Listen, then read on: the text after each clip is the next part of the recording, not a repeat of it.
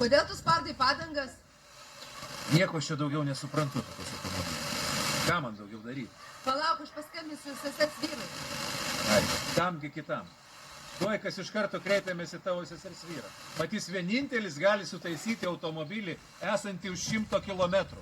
Nu, dar moka, žinoma, ietis mesti, vairuoti girtos, o šitais moka. Užsiima poledinę žuklę, turi akvariumą ir atsimena dainos O liūdį darželį, o liūdį. Šitą melodiją. Tiesiog renesanso žmogus. Dainčis. Žinai ką?